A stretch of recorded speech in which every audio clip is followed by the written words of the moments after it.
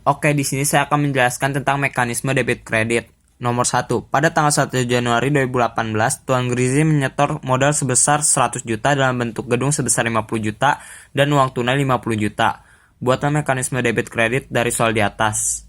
Oke, maka mekanisme debit kreditnya kas pada sisi debit sebesar 50 juta dan mekanisme debit kredit gedung sebesar 50 juta pada modal 100 juta. Nomor 2. Pada tanggal 2 Januari 2018, PT Ice Beer membeli perlengkapan sebesar 50.000.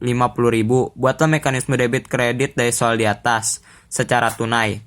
Oke, maka mekanisme debit kreditnya perlengkapan pada sisi debit kredit pada sisi debit sebesar 50.000, pada kas 50.000. Nomor 3. Pada tanggal 3 Januari 2018, Nyonya Butterfly membeli peralatan sebesar 200.000. Buatlah mekanisme debit kredit dari soal di atas secara tunai. Maka mekanisme debit kreditnya peralatan 200.000 pada kas 200.000.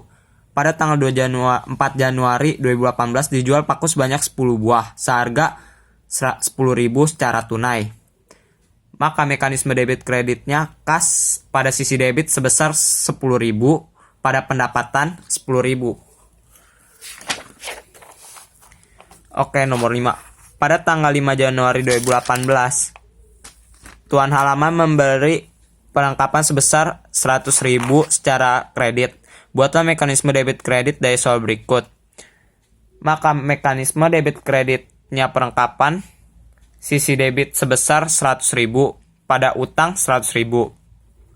Oke, nomor 6. Pada tanggal 6 Januari 2018, Tuan Tanggal menjual mur sebanyak 1 buah seharga 200 juta secara kredit. Buatlah mekanisme debit kredit dari soal di atas.